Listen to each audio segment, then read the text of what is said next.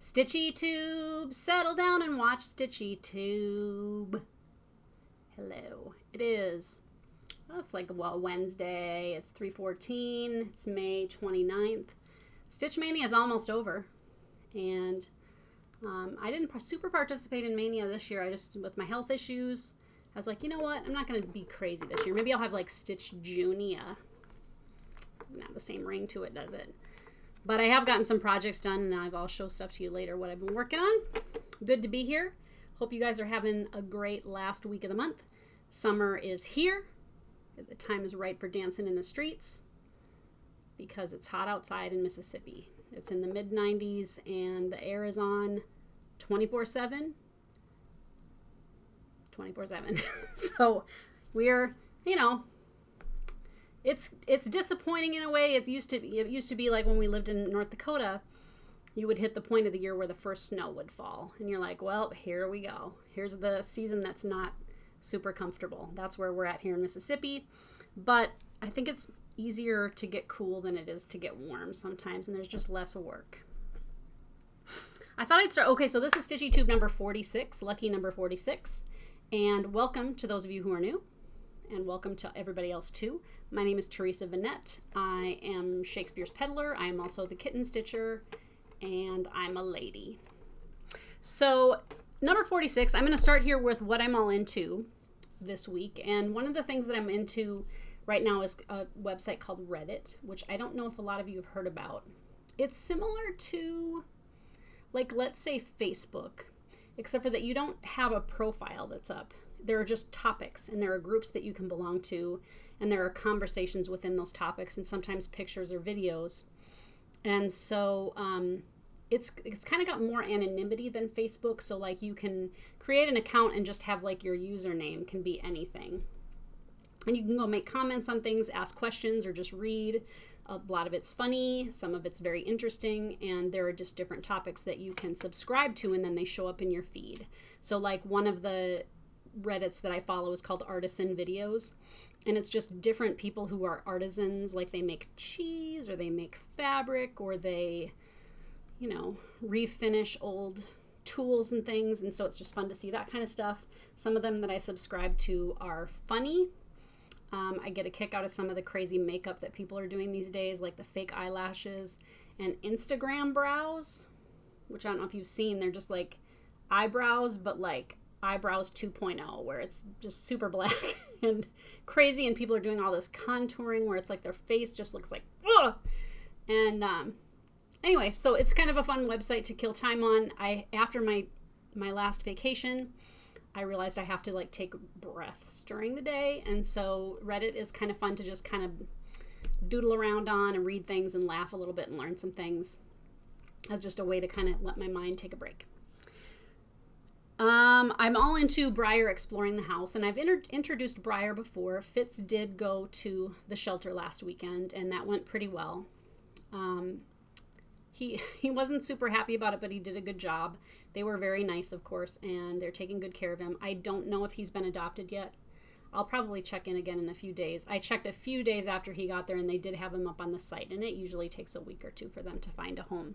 But we hated to see him go, but it made a huge difference in the house here, not having him here, kind of causing trouble. There was a lot of noise and fighting that went on, kind of territorial behaviors. Briar got the worst of it, and so she lived under the table in the kitchen. That's pretty much where she was restricted to, really for the last year. And so it's been fun this week to see her out exploring the house. She had never really spent any time in the craft room, so she's been in here too, and she's just much happier. It's just better for everybody, and I think it's good sometimes to just kind of realize changes that need to be made that might be hard decisions, but it's for the best. I'm all into Freosk at Walmart and Sam's Club. I don't know if you've seen them. It's a white kind of refrigerator-sized machine that has a screen on one side and then shelves on the other, and you can, if you download the Walmart app or the Sam's Club app, I don't think you have to have the Sam's Club app. I think you're just your Sam's card. But anyway, you scan it, and then you can get a little free sample of something. And so I missed out a couple of weeks ago. It was markers. I would have liked a marker. But it's kind of fun to get little treats and vitamins and laundry soap and stuff like that. It's kind of just like I don't know. Do you remember when you used to like go to the grocery store when you were a kid and they would hand out free samples of food? Like it was always so exciting. I remember at Hornbacher's in Fargo, we would go sometimes and they would have cones, ice cream cones, like on Saturdays maybe. And the ice cream cones were like this tall and maybe this big around. And they were just really cute, and they'd have this tiny little scooper, so you'd get like this little tiny scoop of ice cream. It just felt really cool. So it's kind of like an adult way to get a treat at the grocery store. I'm all into the idea of a Mini Cooper Clubman. I have a Nissan Rogue that is a 2008, I want to say. But I got it like January of 2009. So it is 10 plus years old. It has about 135,000 miles on it. And, I think it might be getting to be time to, start thinking about what the next car is going to be. I kind of have this personal philosophy of using cars until I run them into the ground. I like to get a new car. It's nice to know that, nobody else has tinkered around with it or whatever. And then I just use it and use it and use it and use it. And when it's just dead and worthless, then I get a new car. That's just how I do it. And so I've always gotten cars that were, good family cars. I had two different sedans. I had a Chevy Lumina and a Ford Taurus. And then I got this Nissan Rogue 10 years ago. And it's been a great car, really reliable, good, easy to drive, easy to park, easy to take people places in. You can flip the seats back down to haul stuff places. But now I'm kind of looking at like I'm going to be an empty nester this year. Like in a couple months I'll be an empty nester. And it's like, what would be fun? Like to get a fun car. And I really like the idea of getting a Mini Cooper. The Beatles used to drive a Mini Cooper back in the day. And I just think they're really neat. I like the idea of a cool little car. I'm not really a sports car, like Camaro or anything like that. I think it'd be fun to have an interesting car. I really liked the PT Cruisers when they first came out. I don't think they were terribly good cars, but I liked the idea of something that looked unusual. Volkswagen Bugs have also appealed to me in the past. The Mini Cooper Clubman has a little bit more space in the back, which would be nice for groceries and stuff like that. So not anytime probably soon, but maybe sometime. Just starting to think about it. I'm also all into Barefoot Contessa recipes, and I've probably talked about Ina Garten before. She has had shows on the Food Network, and you can find her in Food Network magazine, and she has a good number of cookbooks, and I have every single one. And she really makes delicious food that's not pretentious, overly pretentious. Some of it is stuff that it's like, oh, I probably, I wouldn't make...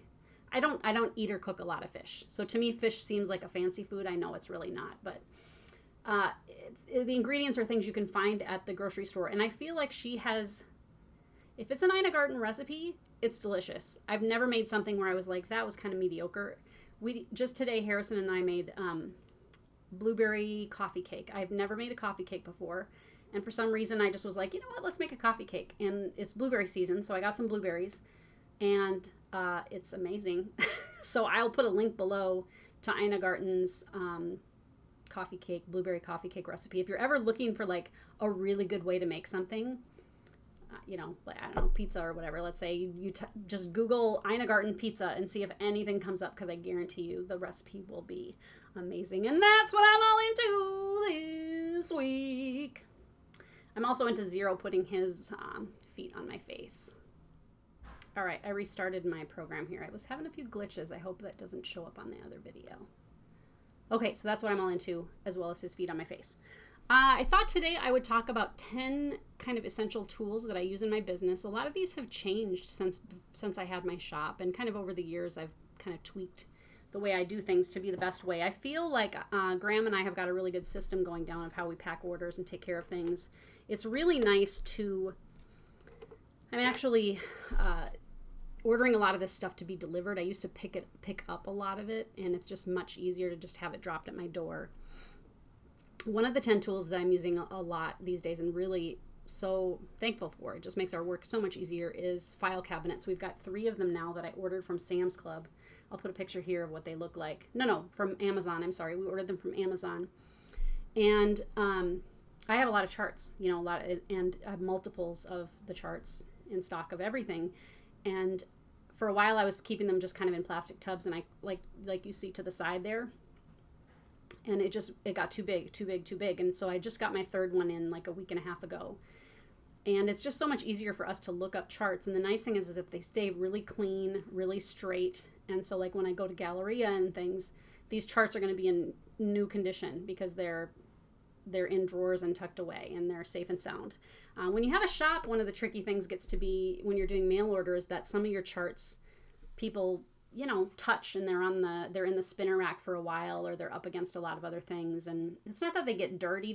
It's just they get like finger smudges and things like that. And so I really am enjoying my file cabinets. It's so nice to, and weird, to just have that delivered to my door rather than, I did go to Office Depot to try to find some file cabinets, and I didn't really see what I liked. The ones that I found, and I'll put a link below, are very heavy duty. And you read reviews and some of them were like, oh, these aren't good. Mine arrived dented and things. What I did is I just looked for whatever the heaviest ones were, and that's what I ordered. And so they're super heavy duty and very inexpensive. The number 2 thing that I use is 4-inch rings. And they're called, I think, like bookbinding rings, or, they're kind of like in a ring binder. And so they're these rings.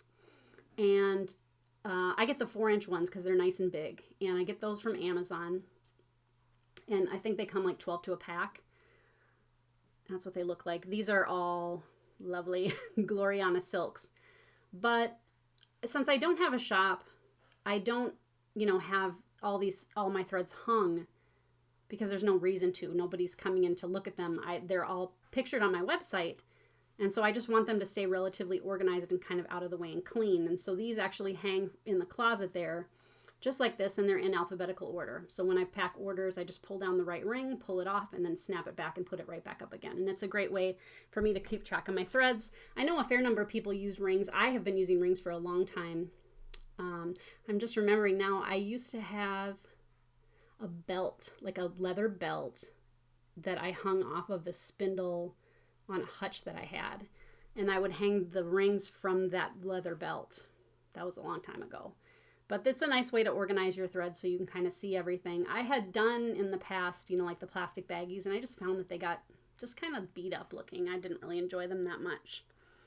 The number 3 thing is my Fisker's punch. And I know I've talked about this before, but maybe you haven't seen it.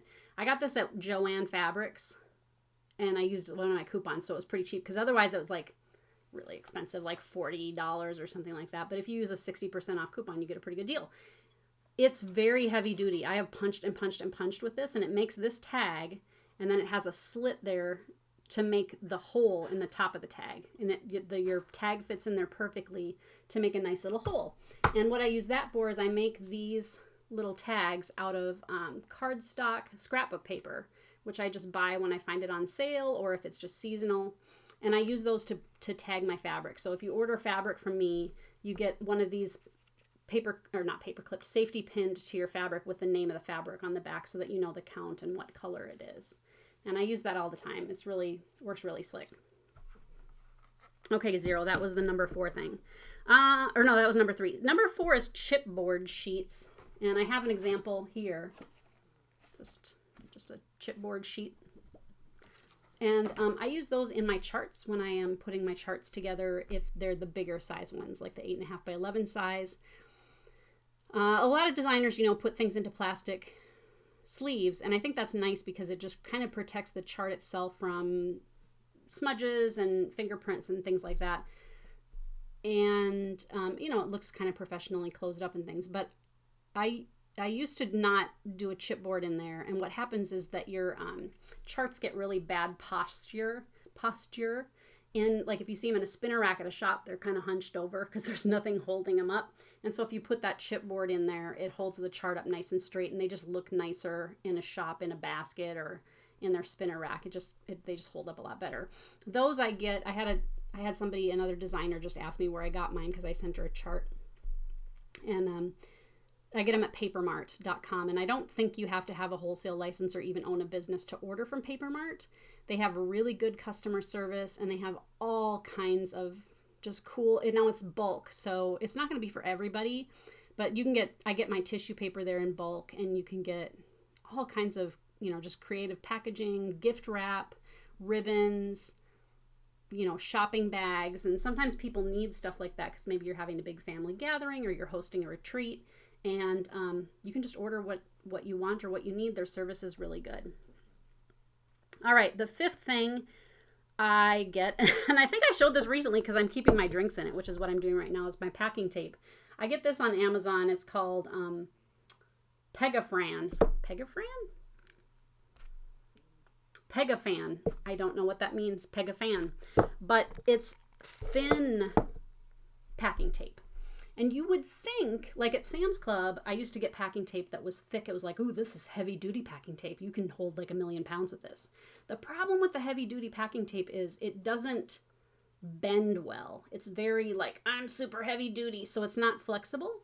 So when you try to wrap it around a box, a lot of times it doesn't want to like make a nice clean groove. The thinner packing tape, I find, is just as strong for stuff like I'm sending. I'm not sending anything that weighs 200 pounds, MI0. I might send you away. No.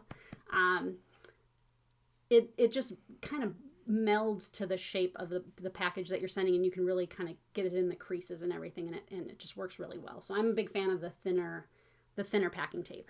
And it's pretty inexpensive if you order it online. It can be expensive if you get it at sometimes I'm in a bind and I have to go to like what do we have here? Office Depot, Office Max, Office Depot. And it's really expensive to get things there. But it's handy, of course. I also use labels for addresses. Now that's something new. I used to either handwrite addresses on envelopes and then take them to the post office and stand in line and let them run each one. Or I would clip the corner off of an invoice where their address was and just tape it on. What I do these days is I get 8.5 by 11 sticky sheets that are cut down the middle. So it's 2 stickers per sheet. I get those on Amazon too. And I'll put links for all of this below in case you're interested. And I order, I don't know, like 1,000 at a time or something. And then when I ship using PayPal, which if you have a PayPal account, you can actually ship things from PayPal. It's very handy, and you can just print off the shipping label with your printer and tape it to your box. Now the thing is, you need to know how much your package weighs, and if it's above a certain weight, you might need to know the measurements of the box. But these labels are something really we just added maybe in the last, 5 months or so, and it makes a huge difference in how fast we can pack orders. I was just printing on paper and taping them on, but we were going through a lot of tape, and it just took a lot more time, and so we're really enjoying the using the stickers instead.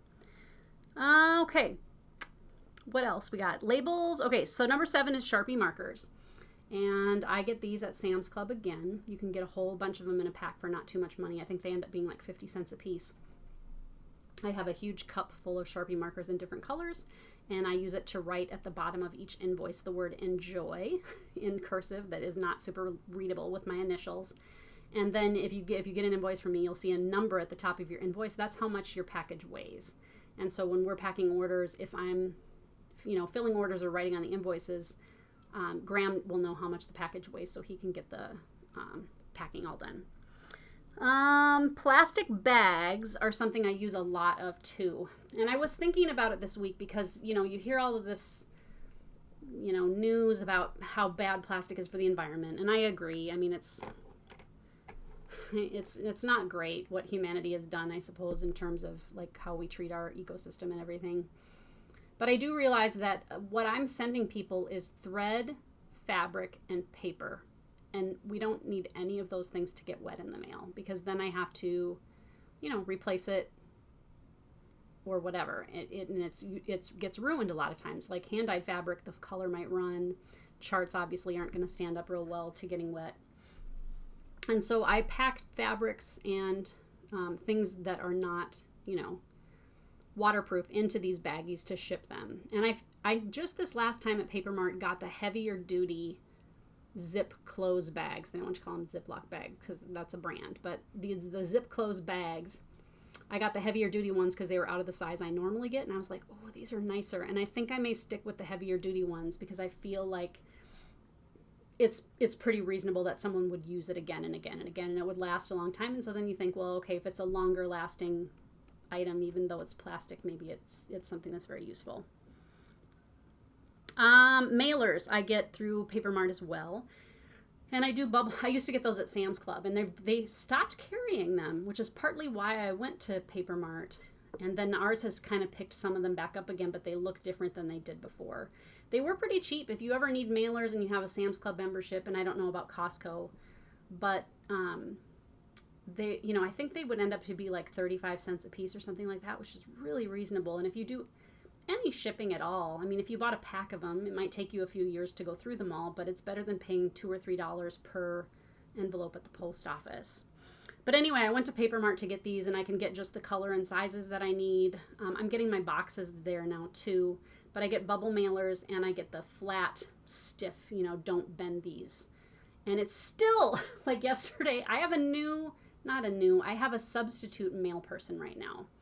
And she came out with my lady mail person last week, and she had to have like a medical procedure done or something. She said, oh, she's taking over for me for a little bit while I can recuperate. And I was behind her yesterday, and I could tell she was struggling. The mail has been 3 or 4 hours late, and she's just adjusting. She doesn't know, and that's fine. So I pulled up behind her and kind of watched her, and she didn't see that I was behind her, and I wasn't going to honk. I didn't want to make her feel like she was on pressure, you know, because she was blocking my driveway. I didn't want to make her feel under pressure. So she was, you know, looking and looking and looking and looking, and finally she got some things, and she just, you could see the force she was using to bend the stuff, and I was like, oh, don't bend my things. And she was from Hoffman Distributing, and it said do not bend across the bottom, and she had made it into like, you know, luckily it was fabric in it, so I think that, you know, it didn't matter that it got bent. But then she reaches back over and gets a couple more packages, and I can see her look at my mailbox and go, these aren't going to fit. And so she just set them to the side and drove forward, and I was like, oh, you better not deliver my mail. So I pulled into the driveway, and I went and stood out in the driveway and just watched her as she came around. And I think she saw me, because when I came to the, you know, I came in, put my stuff down, said hi to the guys or whatever, and by the time I went to the front door, the 2 packages were on the step. So I don't know if she was like, oh, I better drop these off. Anyway, I get the do not bend mailers, and I put do not bend stickers on them, and still, guys, those postal workers, sometimes they just want to bend it. The last thing that is like an essential tool for me, and I'm using one right now, is my massage stools. And it was such a good purchase. I've talked about them before, but I got some massage stools on Amazon.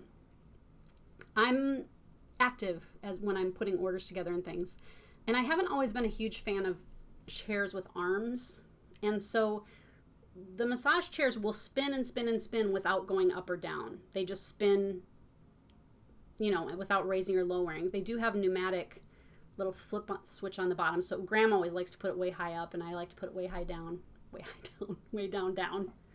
And they help me do work in a more efficient way, and they save a lot of space. I feel like not only just actual space, but visually they're just out of the way. And so I really enjoy those as well. There are a lot of other tools that I use too. I thought I'd share some of those with you. A lot of people want to know, like, what is it like to run a business?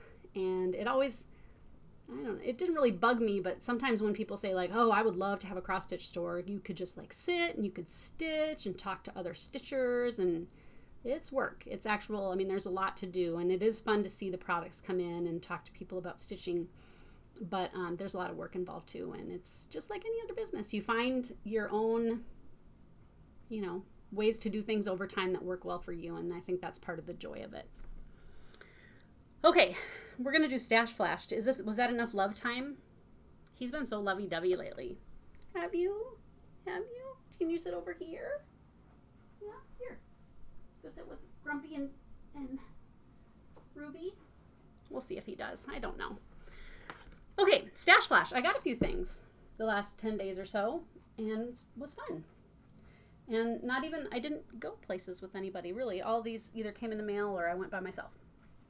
I joined online the Color and Cotton Fabric Club and Threads Club. And links will be below. I got onto the Threads Club, and I don't know if I showed these last time, but it's the Prim threads. And so they're very practical colors. I really like the way these feel, and the colors are very pretty. I may have shown those last time, but then this last week I got my first fabric shipment. And here are the colors. They look very green on the screen. They actually have got more of a chocolate gray or charcoal gray kind of color to them. I get the 40 count, and I think I get a quarter. Yeah, I get a quarter of each. And it's Zweigart linen. This is patina, and this is dried sage. And they're very, very pretty colors. So I was pretty stoked about that. I got them, and I was like, oh. Why is fabric so fun? It just is. I also went to the Fabric Dock sale. I might go back yet this week before they shut the store down. The Fabric Dock is a store that's in Wiggins, Mississippi, and they recently announced that they were closing. So Jennifer and I were like, oh no.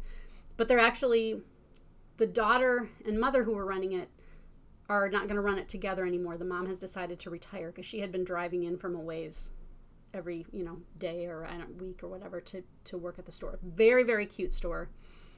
So everything, I went last Friday and everything was 30% off or 35% off if you paid cash. So I got a bunch of really cool fabric. They have great taste in fabric.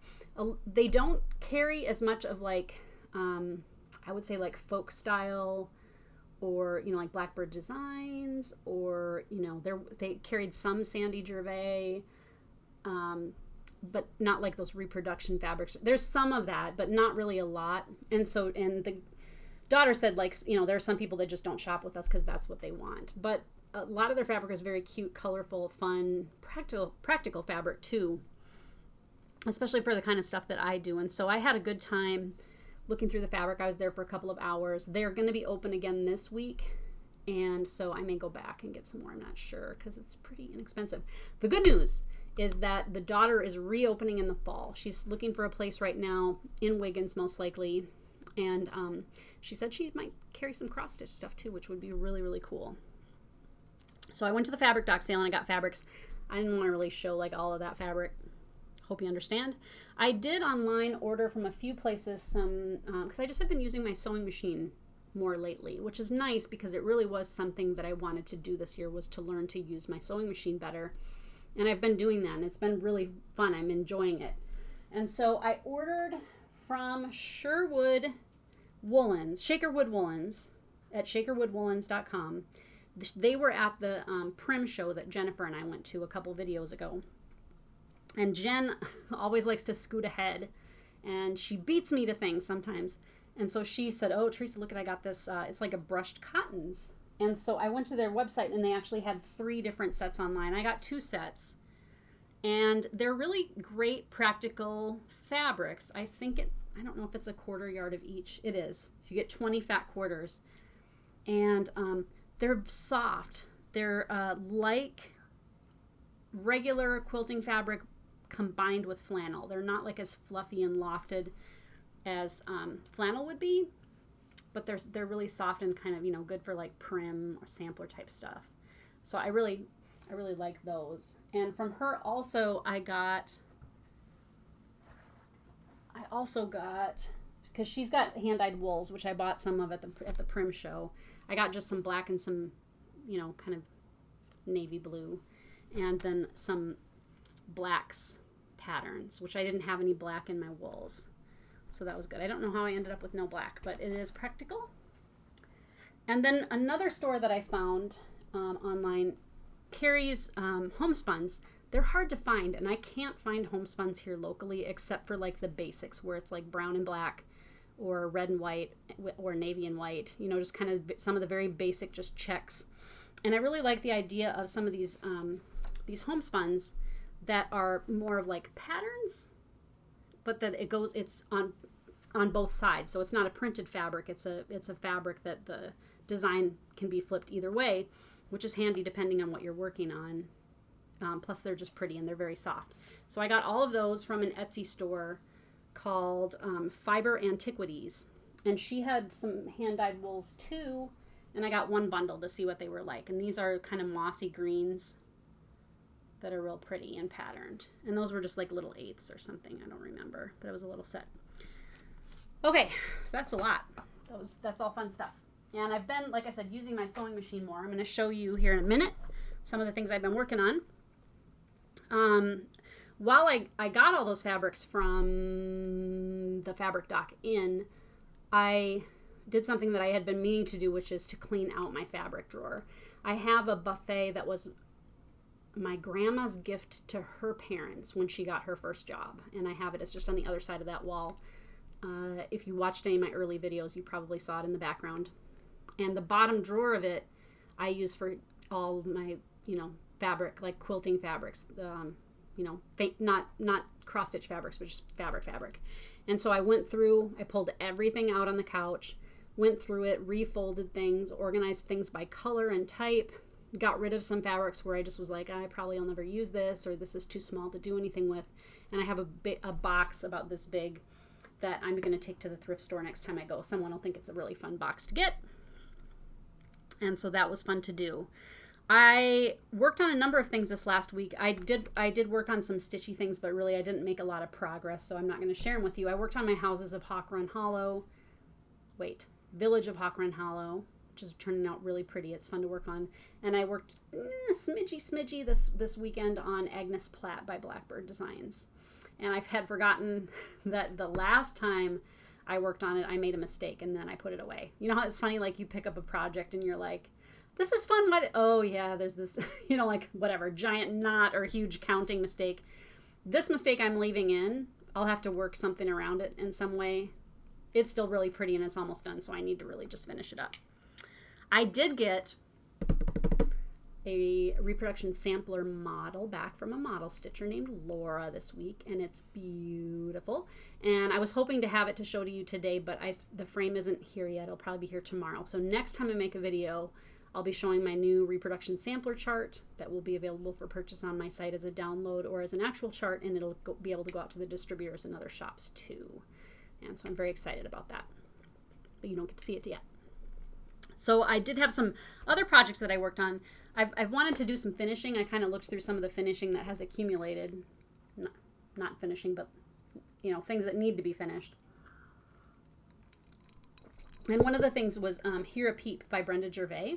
And this is a cute little series. There's a witch also and a Santa. I don't know if she did an Uncle Sam. If she didn't, it sure would be cute to see an Uncle Sam. The colors she picked out are so pretty and springy. I stitched this like a year ago, and I got the boxes immediately. I ordered them online, and then I put them away, and I never did the finishing. And I don't mind finishing stuff like this. I enjoy it. I followed her instructions, which were very clear and very good.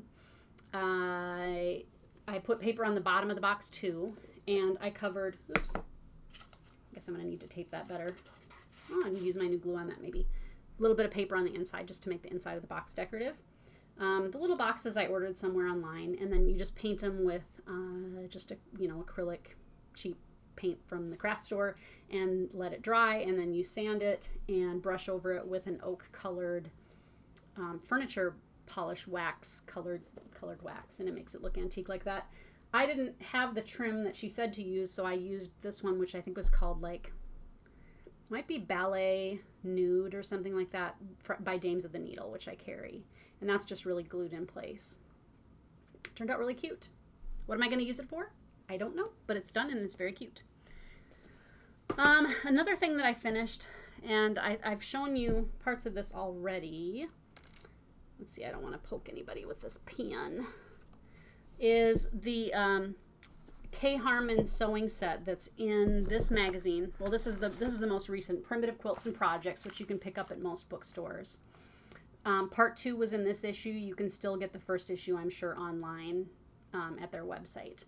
But she's designing a 4-piece set of needlework accoutrement, and I did the first one last issue that it came out, and I'll just remind you what that looked like. That is this. I don't think anything's going to drop out.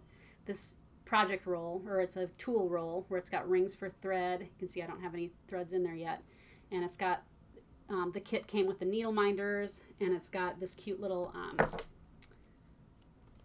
measuring tape that's decorated, like the ends are decorated with a bee and a tulip. And so that was really fun to do. And that's kind of where I first really started working. I had worked with homespuns before, but they use a lot of these homespuns on these projects, and I super enjoyed it. And so that turned out really well, and I really did enjoy the project. It's, I think I've said this before, it's kind of like putting a puzzle together. Her instructions are pretty thorough, and I had to make a few adaptations here and there, but I just really enjoyed it. And it's something I really used to enjoy. I mean, I still do enjoy about needlework, which is when I was young, I didn't know how to stitch. And so I would get as a gift a kit. You know, it might be an embroidery kit or a needlepoint kit or whatever. And I would just read the instructions and figure it out. And so it's almost like working a puzzle or something where it's like, I don't know how to do this, but I'm going to learn how to do it. And the thing is, I'm learning techniques that I can then incorporate into other, you know, finishing that I do. So part 2, oh my Lord, people. And this kit, you can get the kit for this, it's available too. I don't remember the site, but I can list it below. I gotta put this together the right way. Okay, ready? Oh my Lord, people, look, it's such a cute box. So, and that's all applique on. I think I did a really good job. And it was kind of a one-day project. I had to finish up a little bit in the morning, but I didn't work all day on it. The kit was, I think, $29.95, and it came with all the wools, all the fabric. It didn't come with quite enough Pellon interfacing or whatever to work with. And I made a couple of just minor changes. She had her stars more textured with stitches, and I wanted them to look just kind of more prim and tacked on. So that's that. But then, like, the inside is finished too. So it's completely fabric lined, and you really can't see seams. The bottom of the box is even covered, and the inside of the lid is covered. So this box is completely covered with fabric. There are no wrinkles. I used, she recommends that you use a bookbinding glue, which doesn't wrinkle the fabric. And so you can apply it to something like this. And I'll put a link below too where I got that bookbinding glue. But you can put fabric onto paper boxes like this, and it doesn't ripple. Like, it just sticks down and stays put and smooth. Obviously you want to iron it first. The only thing that I noticed with it is that, I mean, I tried to be pretty sparing in how I put it on, but it will push through if you get a little bit of a glob somewhere. And so you have to be pretty sparing putting it on the fabric. It does dry clear, but it does leave like a slight, you know, just kind of discolored mark, almost like a watermark where it was. But you can't really see it. You guys don't know it's there. I know it's there. But that's really cute. But then there's a second part. There's a second part. And that is this cute little scissors holder. And that's on homespun too. And it's got this little flap that tucks into there. And then the kit, I bought with the kit these sheep, oh, you can't really see those very well, black sheep scissors. And then I also bought I don't remember if these came with it or if I bought these extra. These are thread winders, 2 little sheep thread winders that I bought with that too. And so that's really been a fun project. This is also, you know, like lined on the inside. There's no seams. And I hand stitched around the edge just because it makes it look more like it was hand finished entirely. I used my sewing machine obviously to put this together, but I just whip stitched around the edges just to make it look a little more homey. Anyway, those are really fun. They're not, they say like, oh, these are intermediate projects. Hang on. I got a tickle. My thought on that is always, anybody who is motivated and can read instructions and be adaptive and willing to learn can do anything. And you might not do it perfectly or to your liking, but you're learning things all along. And so I feel like, you know, if you haven't done projects like this before, I haven't really done projects like this before, not like this, but I've really enjoyed them. And like I said, I've learned techniques that I will definitely use other places, like how to make this flap. That was easy, but I know how to do it now because I was talked through the steps. So I just really have been enjoying that. The next part won't be out until the fall issue, and this magazine I think just came out last month, so it's going to be a couple of months before I get to see what the next part is. They do not show in advance what the entire series is going to look like, but I think they're all supposed to match. So you see this tulip, you know, motif repeated. The sheep weren't on the first one. There were bees, and I'm almost wondering if like each one is going to have a different kind of animal or something. I'm not sure. I'm just looking forward to whatever she does. They're very, very cute. I did look her up online, and she has other patterns and things available, but I think it's really been fun. I'm running out of room to places to put things, guys. I had a lot of show and tell today. Okay, and then I've been making project bags. So Jen, if you're watching, just turn away. I won't say too much about these, but you're going to get some of them. And then I can, when I'm done, you can look again. But Jen and I are doing a project bag exchange because we were both lamenting the fact that we needed, I don't know, need is a strong word. We would like to have more project bags. It's fun to have a pretty project bag to put your project in rather than just, an old plastic bag. Trying to get rid of plastic, right? We're doing our part for the environment by making project bags. So I've been using Vana, the Twisted Stitchers tutorial. Again, a link will be below. Very great tutorial, very forgiving, easy to follow, easy to adapt if you need to change sizes. I've learned a lot using that also, and it's given me a lot more confidence using my machine because they have a lot of just kind of straight line stitching. And I know I've told you before, I've always had this fear of running over my finger with the needle. And I haven't done it yet, and I don't think I will. I think I'll skip it. So we've been making project bags. Some of these are out of fabrics that I got at the fabric sale. So this first one, this is fabric I picked up at the fabric sale at the fabric dock. It's very just bright and cheery. It's yellow and pink. And then the fabric for the inside I had in my stash, and it's embroidered. Isn't that cute? So they have different little kind of embroidered things. And that was fabric I had just like a couple of half yards of, and so I just was like, oh, I'll just use that up. I almost put the pink on the inside, but I thought with all that white that it would maybe start to look dirty after a while, so that's why the white went on the inside, and I'm pretty happy with that. So what I'm doing is every time I make a project bag, I make two, and then Jen gets one and I get one. Now, this one I messed up, and so I'm keeping this one, Jen, sorry. It's I had this fabric that I bought at the fabric dock inexpensively. It was like a yard for $5, but it's nice Moda fabric, I think. I don't know the pattern. It's not really, Harrison thought maybe it was Christmas, but it's really just kind of like cherry berries. I don't know. I see it as blue skies and greenery, but I mean, it could look Christmassy, I guess. And then I had some of this left from a Christmas project that I worked on. And so I made one of those, but I think I'm keeping that one. Sorry. Very cute. Okay, this again was a fabric I had bought a while back. I found it on sale somewhere and I just really liked it. And I liked the colors. And so that's the outside. And then the inside is this that I got on clearance at Joann Fabrics a couple weeks ago. And it's just kind of that, not quite a cherry red, kind of an antiqued cherry red. So I've got two of those made.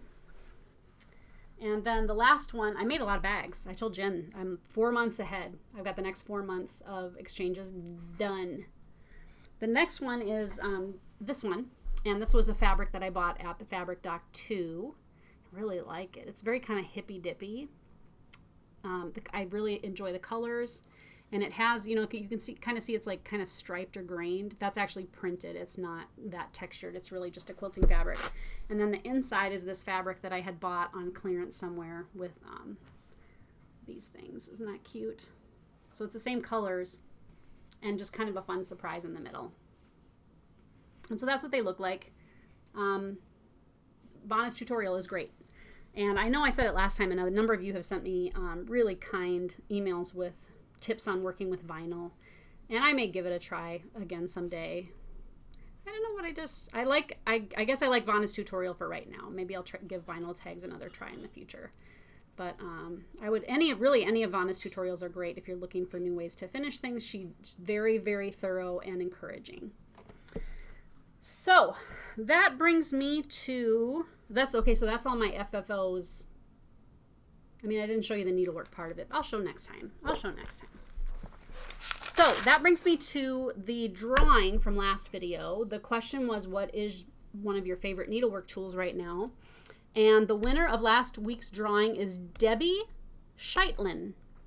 And she said she loves the Easy Guide needles with the ball tip. That's her absolute favorite thing right now. Debbie, congratulations. You can contact me on my email address below, and I will send out your prize. For next time, I'm going to give you one of my project bags. And this was from the first time. I made 3. Jen already got hers. And I have one, and I'm going to give one of you one. And so you'll have a very much made by me. Now, this is not quilted. That's the fabric. It's a Malka Dabrowski fabric for Moda, I think, maybe. I'm not sure. But it's very cute, and it's just gray on the inside, and the Velcro's closed. And so that's the prize. And the question is, what's the last thing you pulled your sewing machine out for? And if you don't have a sewing machine, say I don't have a sewing machine, or I honestly can't remember the last time I pulled my sewing machine out. But tell me what you've been working on with your sewing machine. That's what I've been working on with my sewing machine. I hesitated to put it away the other day, but I kind of, for right now, I'm still setting it up on the kitchen table when I want to work on it, because my craft room has been inundated by my business. And so once I am able to move the business into one room and just have this be my craft room again, I can pretty much have that set up all the time, which will be really nice. Because it is a little bit to take it out. I have a Bernina, I don't know, it's like a 330 or a 440, something like that. It's very much, it is electronic, which I still kind of regret that I went electronic. I let the salesperson talk me into electronic because she said, oh, it's only this much more. But really, I just wanted forwards, backwards, maybe buttonhole. You know, I just wanted the simple things. So mine can do fancy stitches, and I just never use it for that. But it is a very good, sturdy machine, and it just really does a great job. I need to take it and get it cleaned out, I'm sure. So that's the question. And so let me know what you're using your sewing machine for, and you can win that. And it's okay, like I said, if you don't have a sewing machine or you just haven't ever used one, just say that, and you're still entered. Okay, last thing I want to talk about today is 3 things in my shop. And I did add some designs. I've added a lot of stuff recently. I keep adding and adding and adding. I have found threads of gold and sheepish design charts that are, you know, new. And those are really, really hard to find. And you'll find those on my website. In fact, you'll find those on my website so much that most of them are sold out. I got them in and they went, whew. And so I immediately reordered, and the person that I'm getting them from was like, oh my gosh, this is amazing. And so I have more on the way, and I ordered more designs in too, because you guys just went really crazy about them. But I'll talk about them next time because I'm really sold out of almost all of them. So I'll talk about these 3 things that are relatively new. Well, they're new in the last couple of weeks. The first thing is these thread bobbins. Now, I've been promoting the Bee Company, and she makes buttons and other little wooden things, and I like her so much. Her name is Delphine. She's from France, and she has a great little business, and I just love supporting her because I just think she does a good job, and she's so very nice and kind. And her stuff is very inexpensive, makes a great gift for stitchy friends. And so these actually she designed for me, so I'm the only place that you can find these, and they come in 6 colors now. Before, I only had cream because we weren't sure how they were going to sell, and they immediately almost sold out. But now I've got charcoal and teal and navy and this kind of cranberry color and gray. Wait, gray, I already said gray. Light gray. There's light gray and then charcoal gray. And so it's a bobbin with a cat in it, and it comes with a little twine on the top. And so you really can use these to wind thread onto. You can attach them as a little present for a stitchy friend too. But they're $3, and like I said, I'm the only place that you can get them, and they are handmade. They're handmade with her special laser cutting equipment, but they're painted and everything too. So those are really, really cool, and I thank Delphine for sending those. I got some other really cool buttons in from her too. I really expanded my selection. She had some really great birdhouse buttons, and I got more of the scissors buttons in because you guys went crazy over the scissors buttons. But you'll find, if you go to my website, a link in the upper right corner. You'll find a link that says Bee Company, and if you click on that, it'll take you right to all of the buttons and things that she makes. She's got some really cute little kits too. Okay, so that's number 1. Number 2 is Hands Across the Sea. And Nicola is one of the nicest people. She's got a wonderful YouTube channel where she talks about her samplers, and I just want to be cool like Nicola. I'll never be that cool. And she just really is a sweetheart, and she does such a great job with her charts. She had 2 new reproductions just come out. One of them is called Harriet Salt 1866, and it's a Bristol sampler, so it's all in red. Which, who doesn't like an all red sampler? I do, and I love stitching alphabets. And so to me, this one is like amazing. So, so, so pretty. And the cool thing about something like this is you can see, you get to practice a little repeating pattern, pattern for 3 or 4 inches, and then not make it again, and then learn another new pattern. So instead of having to do like the same repeating pattern all the way around your sampler, you just, do these little patterns for a little bit. Now, as always, she's got lots of really great information about the sampler, about the area, about this type of sampler and the stitcher. And so they just really are a keepsake. They're awesome samplers. She does a great job. The other one is Elizabeth Atkinson. And there's information about a contest with this on my website. There's a little contest running right now where you can win a gift certificate to Nicola's website. This one is beautiful too. And I just really love the samplers she picks out. They're always very feminine and the colors are very beautiful. And so both of those have been super popular. I imagine I'm going to run out here pretty quick and I'll have to order some more. But pick them up. They're great. I mean, it's really, she's the best of the, putting her charts together and everything. She just does a wonderful job. They're very, very thorough and really fun to look at. The last thing that I'm going to talk about is a book that I used to carry in my shop called Mustertuker with European samplers. And there are from different countries. But there are numerous in the back. There are charts for some of the samplers that are in the book, and I'm just going to open at random here and see if I can.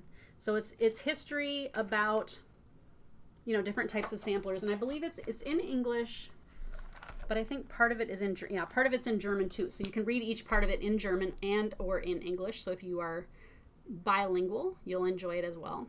But you get the charts too, which is what's really cool. I don't know if does it say that there are 16? I'm not sure. But there are a number of different charts that you get in the back. So this book is not in print anymore. And I have a section on my website called books. So if you look in the scroll down menu, you'll see books. And I've got all kinds of books that are out of print that I'm finding sources for. I found 4 of these in the original plastic wrappings. So they have not been opened. They're in pristine, brand new condition. And I was so excited to find them. I got all 4. And so I think I've got them up for, they're $70, but these were $64 when they came out, and they're now out of print. So if you don't have this book, I really would recommend it. I think it's a wonderful addition to your library if you enjoy samplers. And like I said, it is in German, but it is also in English, so don't feel like you can't read it just because it's, got another language, but it's really a great book. Okay, so that's it for me for today. I wanted to get this video out. It's already 4 o'clock, a little after 4. I don't have a lot of orders to pack today, but I've got some other things I need to take care of business-wise, and it'll take me a little bit to edit this video as well. I haven't watched a lot of FlossTube the last 10 days or so. My health's been pretty good with my new regimen that I'm on, but I've kind of up and down. So I'll have a good day, and then I might have a bad day, and then a couple of good days, and then a couple of bad days. But my pain levels are way down. For those of you who don't know, I was diagnosed last year with fibromyalgia. We now think it's my thyroid, and I'm being treated appropriately, and I think it's working, which is wonderful. And I'll look at Ruby and, aw, you guys. They really like each other a lot. So I'll work on some projects tonight too, maybe pull out something new. I've kind of been in the mood to start something new. And I have, the Tiny Decisions app with some ideas started. But maybe I'll just pick something at random. I don't know. I've really, really enjoyed crafting this last week because I felt like it was... just very quick, like you see results immediately. Sometimes stitching can feel like, oh, I'm working on this, I'm working on this, I'm working on this. And I'm not giving up on cross stitch, obviously. But it's fun to do some things where it's just like a little bit of quick satisfaction, right? Hope you guys are having a great spring, early summer so far, and that things are staying cool. I hope maybe you have some blueberry coffee cake in your future. You never know. Have a great week, and I will see you guys real soon. Bye-bye.